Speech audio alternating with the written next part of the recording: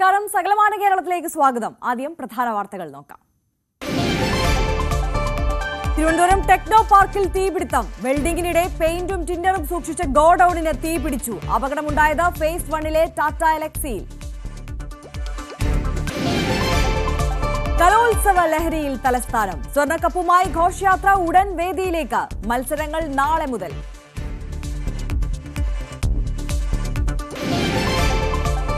School കായികമേളയിൽ നിന്ന് 2 സ്കൂളുകളെ വിലക്കിയ സർക്കാർ നടപടി വിവാദത്തിൽ. കായിക താരങ്ങളുടെ ഭാവിയെ ബാധിക്കുമെന്ന ആശങ്ക. വിദ്യാഭ്യാസ വകുപ്പിനെതിരെ പ്രതിഷേധവുമായി കായിക രംഗത്തെ പ്രമുഖർ. അനുകൂല നടപടി ഉണ്ടാകുമെന്ന പ്രതീക്ഷയിൽ കോതമംഗലം മാർബേസിൽ. സമരം തുടർന്ന് മുനമ്പം ജനത. റിലേ നിരാഹാരം 83-ാം ദിവസത്തിൽ. ഞായറാഴ്ച മനുഷ്യച്ചങ്ങല തീർത്ത് പ്രതിഷേധിക്കാൻ കത്തോലിക്ക സഭ. ജുഡീഷ്യൽ കമ്മീഷൻ ചെയർമാൻ നാളെ മുനമ്പത്തെത്തും. വിള ഇൻഷുറൻസ് പദ്ധതി ഇളവിൽ പ്രതീക്ഷയോടെ ഇടുക്കിയിലെ ഏലം മേഖല. നിരവധി ചെറുകിട കർഷകർക്ക് ആനുകൂല്യം ലഭിക്കും. കാപ്പി കർഷകർക്ക് ആശ്വാസമായി. കാപ്പിക്കുരു വില ഉയരുന്നു.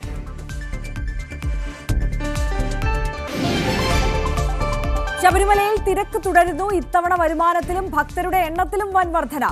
കഴിഞ്ഞ വർഷത്തേക്കാൾ 82 കോടിയുടെ അധിക വരുമാനം.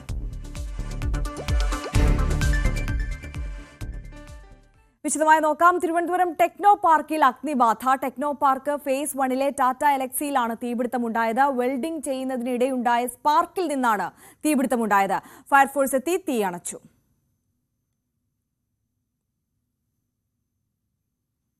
തലസ്ഥാനത്തിന് ഇനി ഉത്സവ നാളുകൾ.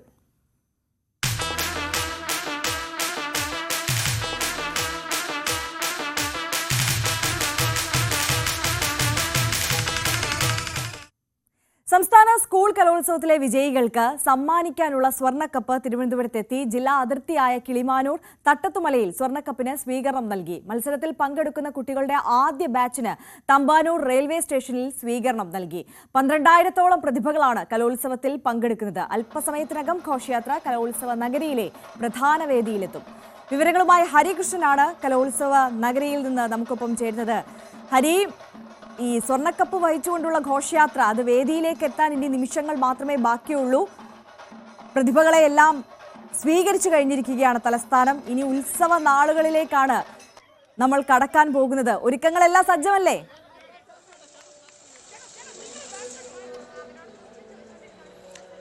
അതേ ഒരുക്കങ്ങളൊക്കെ സജ്ജമാണ്, നമുക്ക് അങ്ങനെ തന്നെ പറയേണ്ടി വരും. കാരണം അല്പസമയത്തിനകം തന്നെ സ്വർണ്ണക്കപ്പ് വരും. പക്ഷേ അതിനു മുമ്പ് നമുക്കൊരു ചെറിയ കാര്യം പറയാനുള്ളത്, ഈ വേദിയിലൊരു അനാസ്ഥയാണ്. സെൻട്രൽ സ്റ്റേഡിയത്തിലാണ് പ്രധാനമായും വേദി നടക്കുന്നത്. 25 വേദിയിൽ ഏറ്റവും പ്രധാനപ്പെട്ട വേദി സെൻട്രൽ സ്റ്റേഡിയമാണ്. അതിൽ കാണികൾ ഇരിക്കുന്ന ഭാഗത്തിൻ്റെ, അതായത് ഞാൻ നിൽക്കുന്നതിൻ്റെ ഏറ്റവും മുകളിലായി പ്രവർത്തിക്കുന്ന ഫാൻ, ഈ ഫാന് ഇപ്പോൾ നമുക്ക് കാണാൻ പറ്റുന്നത് അത് ദൃശ്യങ്ങളിൽ അത് ആടുന്നുണ്ട് എന്നുള്ളത് സംബന്ധിച്ചാണ്. അതായത് ഈ ഫാൻ എല്ലാം ഓണായി നിന്ന സമയത്ത് ഈ ഫാൻ കിടന്ന് ആടുകയും അത് വലിയ രീതിയിലുള്ള അപകടാവസ്ഥ തന്നെ സൃഷ്ടിക്കുന്ന രീതിയിലേക്ക് കാര്യങ്ങൾ മാറുകയും ചെയ്തിരുന്നു. നമ്മൾ റിപ്പോർട്ട് ചെയ്തതിന്റെ വാർത്തയുടെ അടിസ്ഥാനത്തിൽ ഉടനെ തന്നെ ഇതിന്റെ ആളുകൾ ഇത് റിപ്പോർട്ട് ചെയ്യരുതെന്ന് ആവശ്യപ്പെടുകയും ഉടനടി തന്നെ ഈ ഫാൻ അവർ ഓഫ് ചെയ്യുകയും ചെയ്തു. പക്ഷേ ഇപ്പോഴും കാണാൻ സാധിക്കും ബാക്കിയുള്ള ഫാനുകളൊക്കെ ഓഫ് ആണെങ്കിൽ പോലും ഈ ഫാൻ ഓഫ് ചെയ്തിട്ട് ഏകദേശം 10 മിനിറ്റോളമായി. എന്നിട്ട് പോലും ഈ ഫാൻ ഇപ്പോഴും ആടിക്കൊണ്ടിരിക്കുകയാണ്. ഇത് ഓൺ ആകുന്ന വേളയിൽ ഇത് വലിയ രീതിയിൽ അങ്ങോട്ടും ഇങ്ങോട്ടും വലിയ ദുരന്തം ഉണ്ടാക്കുന്ന രീതിയിലേക്ക് തന്നെ ഇപ്പോഴും മാറുകയാണ്. ഓർക്കേണ്ടത് ഏറ്റവും പ്രധാനപ്പെട്ട വേദിയാണ്, 1-ാം വേദിയാണ്. 1-ാം വേദിയിൽ കാണികൾ ഇരിക്കുന്നതിന്റെ ഏറ്റവും മുകൾ ഭാഗത്ത് തന്നെ, ഏറ്റവും പ്രധാനപ്പെട്ട സ്ഥലത്ത് തന്നെയാണ് ഈ ഫാൻ സ്ഥാപിച്ചിരിക്കുന്നത്. ആ ഒരു വേളയിൽ തന്നെയാണ് ഇത്രയും അനാസ്ഥ സംഭവിച്ചിരിക്കുന്നതാണ്. നമ്മൾ വാർത്ത റിപ്പോർട്ട് ചെയ്യാൻ വേണ്ടി നമ്മൾ തയ്യാറെടുക്കുന്നതിനിടയിലാണ് ഇത് റിപ്പോർട്ട് ചെയ്യരുത് എന്നാവശ്യപ്പെട്ടുകൊണ്ട് ഇവിടുത്തെ ആളുകൾ എത്തുകയും ചെയ്തത്. അപ്പോൾ ഇതെല്ലാം ഉടനെ തന്നെ ഈ ഫാൻ മാറ്റി സ്ഥാപിക്കുകയും ചെയ്തു. യെസ്, ഹരികൃഷ്ണനാണ് കലോത്സവ നഗരിയിൽ നിന്ന് നമുക്കൊപ്പം വിവരങ്ങളുമായി ചേർന്നുകൊണ്ടിരിക്കുന്നത്. എന്തായാലും ഹരികൃഷ്ണൻ സൂചിപ്പിച്ചത് വേദിയിലെ ഒരുക്കിയിട്ടുള്ള ഫാനിൻ്റെ ഒരു ഗുരുതരമായ വീഴ്ച തന്നെയാണ്. അത് എപ്പോ വേണമെങ്കിലും താഴെ വീഴാൻ പാകത്തിൽ ആണ് ആ ഫാൻ ഉള്ളത് എന്നുള്ളത് നമുക്ക് ദൃശ്യങ്ങളിൽ നിന്ന് തന്നെ കണ്ടാൽ മനസ്സിലാകും. ന്യൂസ് 18 സംഘം കലോത്സവവുമായി ബന്ധപ്പെട്ട വാർത്തകൾ റിപ്പോർട്ട് ചെയ്യാൻ ആ വേദിയിലേക്ക് എത്തുമ്പോഴാണ് സെൻട്രൽ സ്റ്റേഡിയത്തിലെ ആ മെയിൻ വേദിയിൽ തന്നെ ഒരുക്കിയിട്ടുള്ള ആ ഒരു ഫാൻ ഇത്തരത്തിൽ അപകടകരമായ രീതിയിൽ ഉലഞ്ഞാടുന്നത് കാണുന്നത്. ഇത് ഏത് നിമിഷവും താഴേക്ക് വീഴാവുന്ന ഒരു സ്ഥിതിയാണ് എന്നുള്ളത് അവിടുത്തെ സംഘാടകരെ അറിയിച്ചു കഴിഞ്ഞിരിക്കുന്നു. അവരെ പ്രതിവിധി കാണാമെന്ന് പറഞ്ഞിട്ടുണ്ടായിരുന്നു. പക്ഷേ ഇതുവരെ ആ നടപടിയിലേക്ക് കടന്നിട്ടില്ല. യെസ്, എന്തായാലും നമുക്ക് ഈ സെൻട്രൽ സ്റ്റേഡിയത്തിലേക്ക് തന്നെ മടങ്ങിയെത്താം, ഹരിയിലേക്ക് തന്നെ മടങ്ങിയെത്താം. അതിനു മുമ്പ് കലോത്സവവുമായി ബന്ധപ്പെട്ട മറ്റൊരു വാർത്ത കൂടി നമുക്ക് പരിശോധിക്കാം. സംസ്ഥാന സ്കൂൾ കലോത്സവത്തിന്റെ പാചകപ്പുര ഉണർന്നു. പുത്തരിക്കണ്ടം മൈതാനത്തെ പാചകപ്പുരയിൽ ആഘോഷമായി പാലുകാച്ചൽ ചടങ്ങും നടന്നു. ഒരു ഗൃഹനാഥന്റെ ഉത്തരവാദിത്വത്തോടെ food committee chairman Kadakampally Surendran MLA നേരത്തെ എത്തി. 10:30 വിദ്യാഭ്യാസ മന്ത്രിയും വന്നു. ആദ്യം വാചകം, അത് കഴിഞ്ഞ് പാചകം. സ്വാഗത പ്രസംഗവും അധ്യക്ഷ പ്രസംഗവും ഉദ്ഘാടന പ്രസംഗവും കഴിഞ്ഞ് പാലുകാച്ചൽ.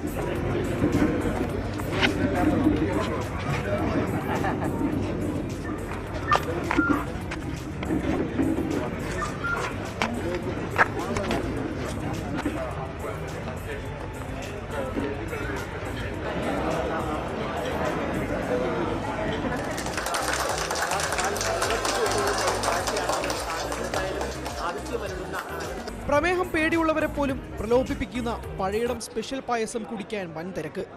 ചക്കപ്പഴവും ഗോതമ്പും ഒന്നിച്ച പായസത്തിന്റെ അതിമധുരത്തിൽ ഷുഗറിനോട് വരെ സലാം പറഞ്ഞ് വി ശിവൻകുട്ടി. കഴിച്ച പായസത്തിന് മധുരവും അതിമധുരവുമാണ്. അതിനേക്കാൾ മധുരമായിരിക്കും ഈ വജ്രോത്സവം എന്ന് പറയുന്നത്. പഴയിടം നമ്പൂതിരി ഈ പായസം ഉണ്ടാക്കുന്നതിന്റെ ഒരു സ്പെഷ്യലിസ്റ്റാണ്. നമ്മൾ കഴിക്കുന്തോറും ധാരാളം കഴിക്കണമെന്നുള്ള ഒരു ആവേശമാണ്. പക്ഷെ നമ്മുടെ ഒരു ഡയബറ്റിക് രോഗിയായിട്ട് നമ്മുടെ സുഹൃത്തുക്കൾ സമ്മതിച്ചില്ല കഴിക്കാൻ വേണ്ടി. കുറച്ചേ കഴിച്ചുള്ളൂ.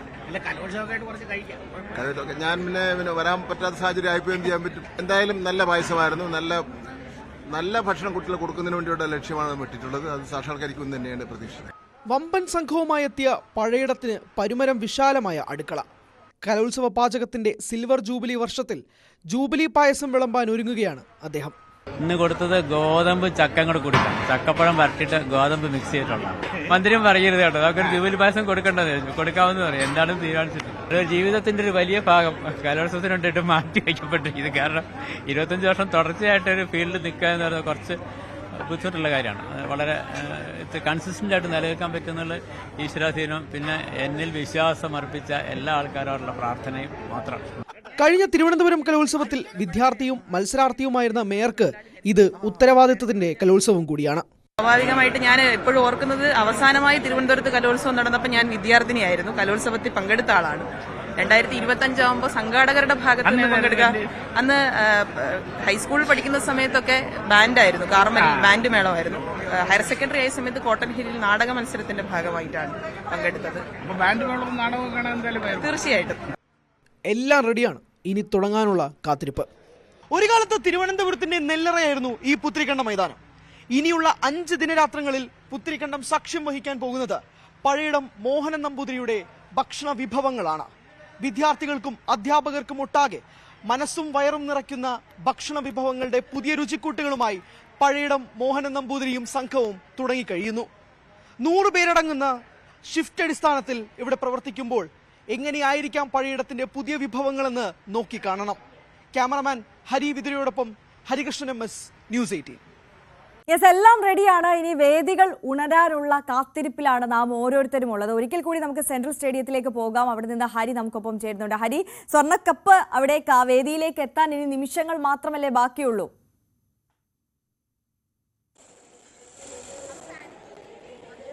അതേ, സ്വർണ്ണക്കപ്പ് എത്താൻ നിമിഷങ്ങൾ മാത്രമേ ബാക്കിയുള്ളൂ. തലസ്ഥാനം ഒരുങ്ങിക്കഴിഞ്ഞു. ഇന്നത്തെ ഈ കലോത്സവത്തിലെ തന്നെ ഏറ്റവും പ്രധാനപ്പെട്ട താരമുണ്ടെങ്കിൽ സ്വർണ്ണക്കപ്പാണ്. 15,000-ഓളം വിദ്യാർത്ഥികൾ അത്രയധികം ആകാംക്ഷയോടെ കാത്തിരിക്കുന്ന ആ സ്വർണ്ണക്കപ്പ് ഈ തലസ്ഥാനത്തേക്ക് സെൻട്രൽ സ്റ്റേഡിയത്തിലേക്ക് എത്താൻ ഇനി കുറച്ച് നിമിഷങ്ങൾ മാത്രമേ ബാക്കിയുള്ളൂ.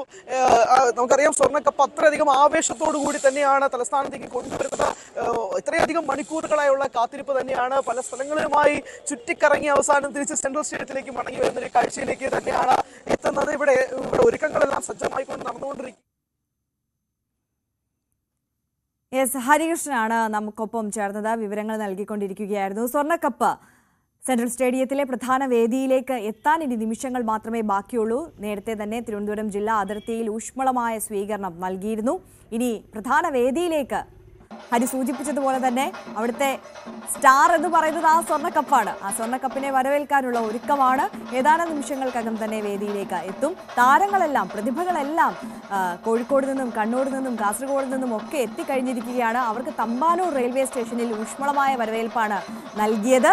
അതിന്റെ ദൃശ്യങ്ങളാണ് പ്രേക്ഷകർ കാണുന്നത്. എന്തായാലും ഇനി നിറമുള്ള കാഴ്ചകളുടെ ദിനമാണ്.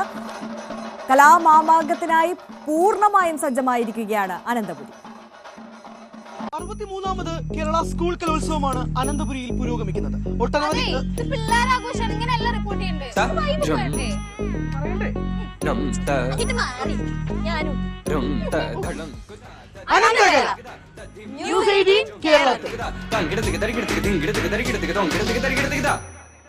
അനന്തകല Kerala school Kalolsavam powered by GTec computer education.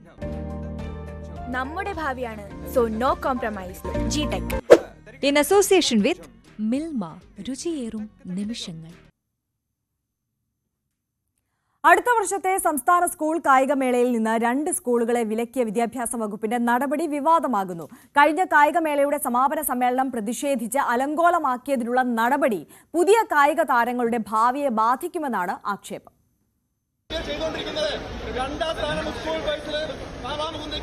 അലങ്കോലപ്പെടുത്താൻ ശ്രമിക്കരുത്. എന്തെങ്കിലും ബുദ്ധിമുട്ടോ പ്രശ്നമോ തിരുത്തുമെന്ന് ഞാൻ പറയുകയാണ്.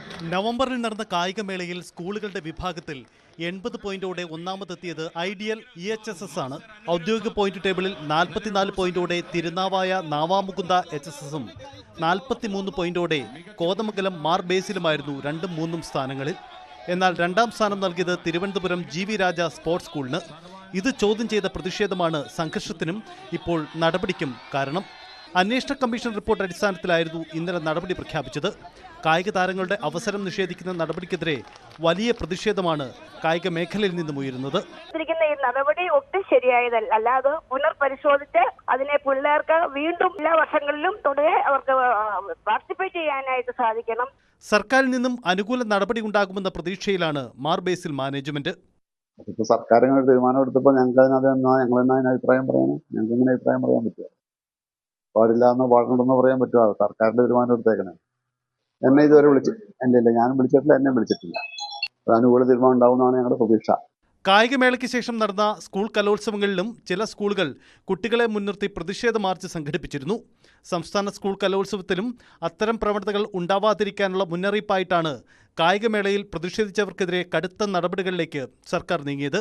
സ്കൂളുകൾ അപ്പീൽ നൽകിയാൽ ശിക്ഷ കുറയ്ക്കുന്ന കാര്യം ആലോചിക്കുമെന്നാണ് വിദ്യാഭ്യാസ വകുപ്പ് ഇപ്പോൾ വ്യക്തമാക്കുന്നത്. ന്യൂസ് 18 തിരുവനന്തപുരം. റവന്യൂ അവകാശങ്ങൾ പുനഃസ്ഥാപിച്ചു കിട്ടുന്നതിനായി മുനമ്പം ജനത നടത്തുന്ന റിലേ നിരാഹാര സമരം 83ാം ദിനത്തിൽ. രമേശ് ചെന്നിത്തല ഇന്ന് സമരപ്പന്തൽ സന്ദർശിച്ചു. ഭൂമി തർക്കത്തിൽ ശാശ്വത പരിഹാരം വേണമെന്നാണ് കോൺഗ്രസിന്റെയും ആവശ്യം. അതിനിടെ സർക്കാർ നിയോഗിച്ച judicial commission chairman CN Ramachandran Nair നാളെ മുനമ്പം സന്ദർശിക്കും. ഞായറാഴ്ച വരാപ്പുഴ, കോട്ടപ്പുറം, എറണാകുളം, അങ്കമാലി അതിരൂപതകളുടെ നേതൃത്വത്തിൽ മനുഷ്യച്ചങ്ങല തീർത്ത് പ്രതിഷേധിക്കും. വൈപ്പിൻ മുതൽ മുനമ്പം വരെ ഏകദേശം 25 കിലോമീറ്റർ ദൂരത്തിലാണ് മനുഷ്യച്ചങ്ങല തീർക്കുക. വിള ഇൻഷുറൻസ് പദ്ധതിയിൽ ഏലം കൃഷി ഇൻഷുർ ചെയ്യുന്നതിനുള്ള കുറഞ്ഞ പരിധി 1 ഏക്കർ ആക്കിയതിന്റെ ആശ്വാസത്തിലാണ് ഇടുക്കിയിലെ കർഷകർ. പ്രളയവും വരൾച്ചയും മൂലം കൃഷി നശിച്ച ചെറുകിടക്കാരായ നിരവധി കർഷകർക്കാണ് പുതിയ തീരുമാനം ഗുണകരമാവുക. ഇൻഷുറൻസ് ആനുകൂല്യം ലഭിക്കാൻ 2.5 ഏക്കർ ഏലത്തോട്ടം വേണമെന്ന മാനദണ്ഡമാണിപ്പോൾ 1 ഏക്കറായി കുറച്ചത്. 1/4 ലക്ഷത്തോളം രൂപ കർഷകന് നഷ്ടപരിഹാരം ലഭിക്കാൻ ഏക്കറിന് 600 രൂപ പ്രീമിയം അടച്ചാൽ മതി. ഏലകൃഷി ഇൻഷുർ ചെയ്യുന്നതിന് വിളയുടെ വിസ്തൃതി 1 ഏക്കറായിട്ട് കുറച്ചിട്ടുണ്ട്. അതുമൂലം ധാരാളം കർഷകർക്ക്, പ്രത്യേകിച്ച് നമ്മുടെ ഇടുക്കി ജില്ലയിൽ നിന്നും ധാരാളം കർഷകർക്ക് ഈ പദ്ധതിയിൽ അംഗമാകാനും ഇവർക്ക് നഷ്ടപരിഹാര തുക ലഭിക്കാനുള്ള സാഹചര്യവും ഉണ്ടായിട്ടുണ്ട്. ഇതിനുവേണ്ടി നമുക്ക് കായ്ഫലമുള്ള ഏലം തൈകളെ ആണ് നമ്മൾ ഇൻഷുർ ചെയ്യേണ്ടത്. അതോടൊപ്പം ഇതിന്റെ പ്രീമിയം എന്ന് പറയുന്നത് 1 ഏക്കറിന് 600 രൂപയാണ്. അത് 3 വർഷത്തേക്ക് ഒരുമിച്ച് അടയ്ക്കുകയാണെങ്കിൽ 1500 രൂപ അടച്ചാൽ മതിയാകും. ഇതിന് നഷ്ടപരിഹാര തുക 1 ഏക്കറിന് 24,000 രൂപ നമുക്ക് എന്തെങ്കിലും വിളനാശം സംഭവിക്കുന്ന സാഹചര്യത്തിൽ കർഷകർക്ക് ലഭിക്കുന്നതായിരിക്കും. പുതിയ ഉത്തരവ് പ്രകാരം ആയിരക്കണക്കിന് ചെറുകിട നാമമാത്ര കർഷകരും ആനുകൂല്യത്തിന്റെ പരിധിയിൽ വരും. 2018 പ്രളയത്തിലും കഴിഞ്ഞ വർഷത്തെ വരൾച്ചയിലും ഇടുക്കിയിലെ ഏലം കൃഷിയുടെ പാതിയും നശിച്ചുപോയിരുന്നു. മുൻകാല പ്രാബല്യത്തോടെ നഷ്ടപരിഹാരം ലഭിച്ചാൽ ഏറെ ആശ്വാസമാകുമെന്നും കർഷകർ പറയുന്നു. വിള ഇൻഷുറൻസുമായിട്ട് ബന്ധപ്പെട്ട് ഈ അടുത്ത നാളിൽ ഇറങ്ങിയ സർക്കാർ ഉത്തരവ് തീർച്ചയായിട്ടും ചെറുകിട കർഷകരെ സംബന്ധിച്ചിടത്തോളം വളരെ ആശ്വാസകരമാണ്.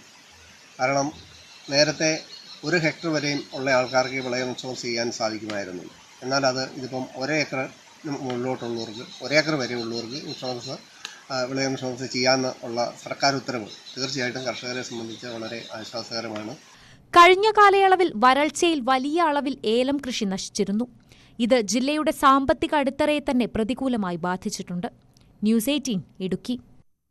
ഇടുക്കി ഹൈറേഞ്ചിലെ കാപ്പി കർഷകർക്ക് പ്രതീക്ഷ നൽകി കാപ്പിക്കുരു വില ഉയരുന്നു. ഉൽപാദനത്തിലെ ഗണ്യമായ കുറവാണ് കാപ്പിക്കുരുവിന്റെ വില വർധനവിന് കാരണം. ഹൈറേഞ്ചിലെ പ്രധാന കൃഷികളിലൊന്നാണ് കാപ്പി. മഹാപ്രളയകാലത്തുണ്ടായ കെടുതിയിൽ മറ്റു വിളകൾക്കൊപ്പം കാപ്പിയും നശിച്ചു. വിപണിയിലുണ്ടായ വിലയിടിവും കാപ്പിക്ക് പകരം മറ്റ് കൃഷിയിലേക്ക് മാറാൻ കർഷകർ നിർബന്ധിതരായി.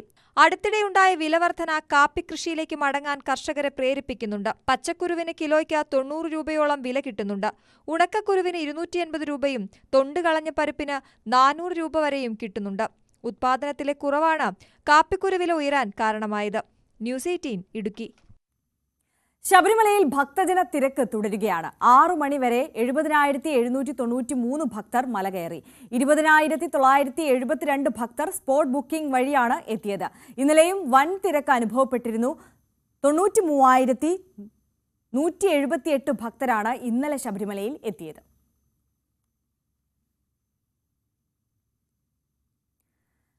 ശബരിമലയിൽ വരുമാനത്തിലും ഭക്തജനങ്ങളുടെ എണ്ണത്തിലും വൻ വർധനവ്. കഴിഞ്ഞ വർഷത്തേക്കാൾ 82 കോടി രൂപയുടെ അധിക വരുമാനം ഇത്തവണ ഉണ്ടായി. മണ്ഡലകാലത്ത് 297 കോടി രൂപയാണ് ശബരിമലയിലെ വരുമാനം. മണ്ഡലകാലത്തെ കണക്കുകളാണ് ദേവസ്വം ബോർഡ് പുറത്തുവിട്ടത്. 32,49,756 ഭക്തരാണ് 41 ദിവസം സന്നിധാനത്തെത്തിയത്. കഴിഞ്ഞ വർഷം 28 ലക്ഷം ഭക്തരാണ് ഇക്കാലയളവിൽ എത്തിയത്. 4 ലക്ഷം പേരുടെ വർധനവ്. ഇവിടെ എത്തിയ ഭക്തരുടെ ആകെ എണ്ണം 32,49,756. വരുമാനത്തിൽ 82,23,79,781 രൂപയാണ് കൂടിയത്. കഴിഞ്ഞ വർഷം 214 കോടി രൂപയായിരുന്നത് ഇത്തവണ 297 കോടി രൂപയായി ആകെ വരുമാനം വർദ്ധിച്ചു. വരുമാനത്തിന്റെ കാര്യത്തിലും വലിയ വർധനവാണ് നമുക്ക് ഉണ്ടായിട്ടുള്ളത്. കഴിഞ്ഞ പ്രാവശ്യത്തേക്കാൾ 82 കോടി രൂപയുടെ വരുമാനമാണ്. 82 കോടി രൂപയുടെ വരുമാനമാണ് അധികമായി വന്നിരിക്കുന്നത്. കാണിക്ക ഇനത്തിൽ 13 കോടി രൂപയുടെ വർധനവുണ്ട്. അരവണ, അപ്പം ഉൾപ്പെടെയുള്ള പ്രസാദങ്ങളുടെ വിൽപ്പനയിലൂടെ വരുമാനം കൂടി. കാനനപാത വഴിയുള്ള തീർത്ഥാടകരുടെ വരവും കൂടിയിട്ടുണ്ട്. മകരവിളക്ക് സീസൺ കൂടി കണക്കിലെടുക്കുമ്പോൾ വരുമാനം റെക്കോർഡ് പിന്നിടാനാണ് സാധ്യത. ന്യൂസ് 18 സന്നിധാനം. സമൂഹ മാധ്യമം വഴി പെൺകുട്ടിക്ക് അശ്ലീല സന്ദേശം അയച്ച ഡോക്ടർ പിടിയിൽ. കണ്ണൂർ സ്വദേശി അലൻ അലക്സ് ആണ് കോഴിക്കോട് ബീച്ചിൽ പിടിയിലായത്. ഇയാൾ നിരന്തരം മെസ്സേജ് അയച്ച പെൺകുട്ടി ബന്ധുക്കളുടെ നിർദ്ദേശപ്രകാരം ബീച്ചിലെത്താൻ ആവശ്യപ്പെടുകയായിരുന്നു. ബീച്ചിലെത്തിയ ഇയാളെ യുവതിയുടെ ബന്ധുക്കൾ ചേർന്ന് പിടികൂടി പോലീസിന് കൈമാറുകയായിരുന്നു. വെള്ളയിൽ പോലീസാണ് അറസ്റ്റ് ചെയ്തത്. കോഴിക്കോട് ബൈക്കിൽ ലിഫ്റ്റ് ചോദിച്ചെത്തിയ ആൾ ഉടമയെ ഭീഷണിപ്പെടുത്തി ബൈക്കുമായി കടന്നതായി പരാതി. ഇരങ്ങല്ലൂർ സ്വദേശി മിഥുന്റെ ബുള്ളറ്റാണ് നഷ്ടമായത്. KSRTC ബസ് സ്റ്റാൻഡിന് സമീപത്ത് വെച്ച് ലിഫ്റ്റ് ചോദിച്ച യുവാവ് മിഥുന്റെ ബൈക്കിൽ കയറുകയായിരുന്നു. ഇന്നലെ രാത്രിയാണ് സംഭവം. നടക്കാവ് പോലീസ് അന്വേഷണം ആരംഭിച്ചു. തിരുവനന്തപുരം മുടവൻ മുകളിൽ കാറും ട്രാവലറും കൂട്ടിയിടിച്ചു. കാറിനുള്ളിൽ കുടുങ്ങിയ ആളെ ഫയർഫോഴ്സ് രക്ഷപ്പെടുത്തി. പൂവച്ചൽ സ്വദേശി സലീമിനെയാണ് രക്ഷിച്ചത്. മുടവൻ മുകൾ ശ്രീചിത്ര ഇൻസ്റ്റിറ്റ്യൂട്ടിന് സമീപമായിരുന്നു അപകടം.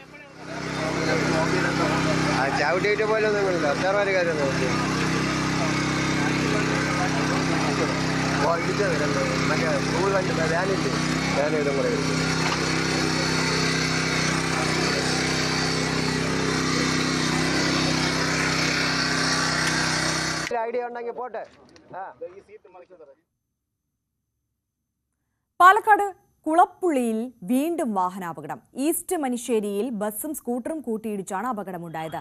ലക്കിടിമംഗലം സ്വദേശിയായ യുവതിക്ക് പരിക്കേറ്റു. ഇവരെ കണിയമ്പുറത്തെ സ്വകാര്യ ആശുപത്രിയിൽ പ്രവേശിപ്പിച്ചു.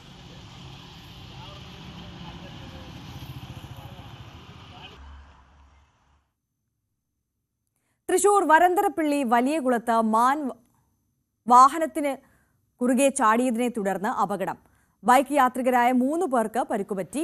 ബൈക്ക് യാത്രികരായ അസൈനാർ, പാത്തുമ്മ, സക്കീന എന്നിവർക്കാണ് പരിക്കേറ്റത്. ഇവരെ വരന്തരപ്പള്ളിയിലെ ആശുപത്രിയിൽ പ്രവേശിപ്പിച്ചു.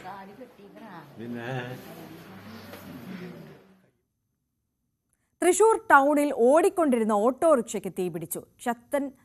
ശക്തൻ ബസ് സ്റ്റാൻഡിന് സമീപമാണ് അപകടം. CNG ഓട്ടോറിക്ഷയിൽ ഗ്യാസ് ലീക്കായതാണ് തീപിടുത്തത്തിന് കാരണമെന്നാണ് സൂചന. ഫയർഫോഴ്സ് എത്തി തീയണച്ചു.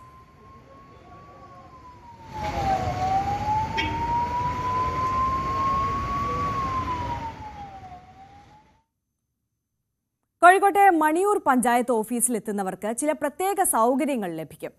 ഓഫീസിലെത്തുന്നവർക്ക് ഭക്ഷണവും ചായയും ഒക്കെ സൗജന്യമായി ഒരുക്കിയിരിക്കുകയാണ് അധികൃതർ. വിവിധ ആവശ്യങ്ങൾക്ക് പഞ്ചായത്ത് ഓഫീസിലെത്തുന്നവർ മണിക്കൂറുകളാണ് കാത്തുനിൽക്കുന്നത്. വിസ്തൃതമായ പഞ്ചായത്തിലെ വിവിധ പ്രദേശങ്ങളിൽ നിന്നെത്തുന്ന സാധാരണക്കാർ പലപ്പോഴും ഭക്ഷണം കഴിക്കാൻ ഏറെ ബുദ്ധിമുട്ടാറുണ്ട്. ഇത് തിരിച്ചറിഞ്ഞാണ് മണിയൂർ പഞ്ചായത്ത് ഭരണസമിതി ഊട്ടുപുര ഒരുക്കാൻ തീരുമാനമെടുത്തത്. ചായയും ലഘുഭക്ഷണവും സമൃദ്ധമായ ഉച്ചഭക്ഷണവുമെല്ലാം ഇവിടെ കിട്ടും. തികച്ചും സൗജന്യം. ഫയൽ തീർപ്പാക്കും വരെ വിശ്രമിക്കുകയും ചെയ്യാം. KP കുഞ്ഞമ്മദ്കുട്ടി MLA ഊട്ടുപുര ഉദ്ഘാടനം ചെയ്തു. കുറേ ആളുകൾ ഈ പഞ്ചായത്ത് പരിസരത്ത് ഉച്ചഭക്ഷണം ലഭിക്കാത്ത ആളുകളുണ്ട്. അത്തരം ആളുകൾക്കുള്ള ഉച്ചഭക്ഷണ പദ്ധതിയാണ്. അതോടൊപ്പം തന്നെ ഈ പഞ്ചായത്തിലെത്തുന്ന എല്ലാവർക്കും ലഘുഭക്ഷണവും ചായയും കടിയും പച്ചവെള്ളവും ചൂടുവെള്ളവും ഉൾപ്പെടെ നൽകാനുള്ള പദ്ധതിയാണ് ഊട്ടുപുര മണിയൂർ എന്ന നിലയിൽ ഉദ്ദേശിക്കുന്നത്. പരിപാടി ഒരു മാസമായി നടന്നു വരുന്നുണ്ട്. ഇതിൻ്റെ നടത്തിപ്പ് കാര്യങ്ങൾ ഭരണസമിതിയുടെയും അതുപോലെ ജീവനക്കാരുടെയും പരിപൂർണ പിന്തുണയോടെയും സഹായത്തോടെയും കൂടിയാണ് ഈ പരിപാടി മുന്നോട്ട് കൊണ്ടുപോകുന്നത്. മണിയൂർ ഗുഹമുക്കിന് സമീപമാണ് പഞ്ചായത്ത് ഓഫീസ്. ഓഫീസിനോട് ചേർന്നാണ് അടുക്കളയും ഭക്ഷണമുറിയും സജ്ജീകരിച്ചത്. വൈകിട്ട് 6 വരെയാണ് പ്രവർത്തനം. പദ്ധതി നിരവധി പേർക്കാണ് പ്രയോജനം ചെയ്യുന്നത്. ന്യൂസ് 18 കോഴിക്കോട്. പ്ലാറ്റിനം ജൂബിലി നിറവിൽ പാലക്കാട് ഞാങ്ങാട്ടിരി TK ഉണ്ണികൃഷ്ണൻ മാസ്റ്റർ ജനകീയ വായനശാല 1 വർഷം നീണ്ടു നിൽക്കുന്ന ആഘോഷ പരിപാടികളാണ് സംഘടിപ്പിക്കുന്നത്. വിവിധ ആവശ്യങ്ങൾക്ക് പഞ്ചായത്ത് ഓഫീസിലെത്തുന്നവർ മണിക്കൂറുകളാണ് കാത്തുനിൽക്കുന്നത്. വിസ്തൃതമായ പഞ്ചായത്തിലെ വിവിധ പ്രദേശങ്ങളിൽ നിന്നെത്തുന്ന സാധാരണക്കാർ പലപ്പോഴും ഭക്ഷണം കഴിക്കാൻ ഏറെ ബുദ്ധിമുട്ടാറുണ്ട്.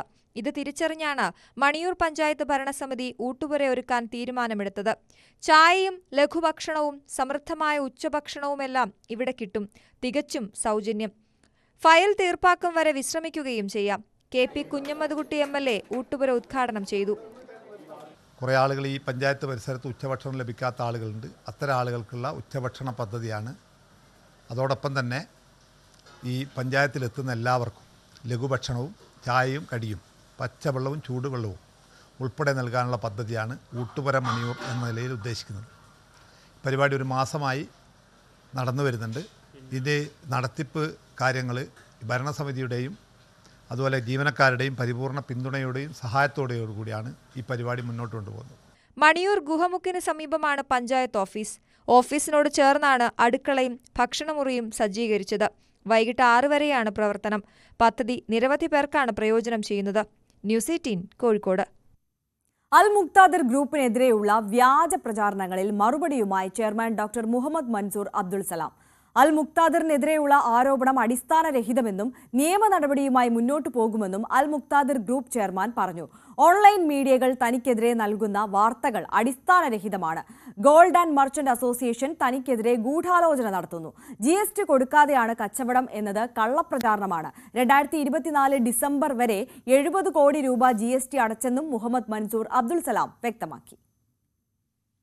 അൽ മുക്തദർ ജ്വല്ലറി ഗ്രൂപ്പിനെതിരെ Kerala gold and silver merchant association Nasar Koyikkal എന്ന് പറഞ്ഞ ഒരാൾ കള്ളപ്രചരണങ്ങൾ കുറച്ച് കാലമായിട്ട് നടത്തിക്കൊണ്ടിരിക്കുകയാണ്. ഞങ്ങൾ അൽ മുക്തദർ ജ്വല്ലറി തുടങ്ങി ഏകദേശം 6ഓളം വർഷമായി ഞങ്ങൾ സീറോ മേക്കിംഗ് 100% സന്തോഷം എന്ന നിലയിൽ കസ്റ്റമേഴ്സിന് പണിക്കൂലി നൽകിക്കൊണ്ടാണ് ഞങ്ങൾ ഈ വ്യാപാരം മുന്നിട്ട് നടത്തിക്കൊണ്ടിരിക്കുന്നത്. അപ്പോൾ ഇതിൽ അസൂയ കൊണ്ടുകൊണ്ട് അദ്ദേഹം പലപ്പോഴും പല കള്ളങ്ങൾ പച്ചക്കള്ളങ്ങൾ ജനങ്ങളിൽ പറഞ്ഞിട്ടുണ്ട്.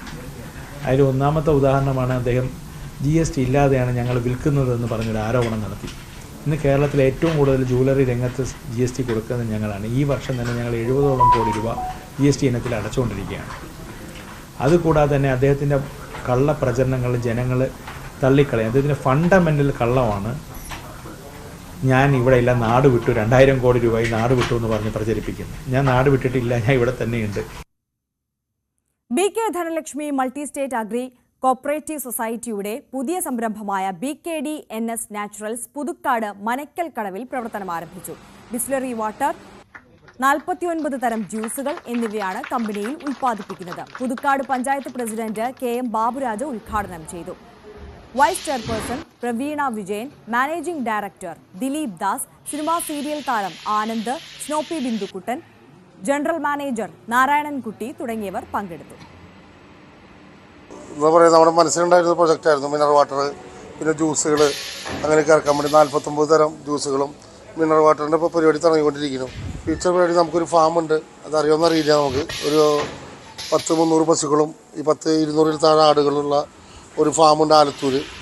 അത് നമ്മളുടെ ഒരു നല്ലൊരു പ്രൊജക്റ്റാണ്. പിന്നെ അതിൽ മീൻ വളർത്തുന്നുണ്ട്. പിന്നെ ആയുർജാക്കുണ്ട്, 2000 ചക്കകളുണ്ട് അതിൽ. അങ്ങനെ നല്ലൊരു ഫാമായിട്ട് നന്നായി പ്രവർത്തിച്ചുകൊണ്ടിരിക്കുന്നുണ്ട്. സകലമാന കേരളം പൂർണ്ണമാവുകയാണ്. ഇടവേളയ്ക്ക് ശേഷം കാണാം പ്രൈം ഡിബേറ്റ്. രഞ്ജിത്ത് രാമചന്ദ്രൻ എത്തും. നമസ്കാരം.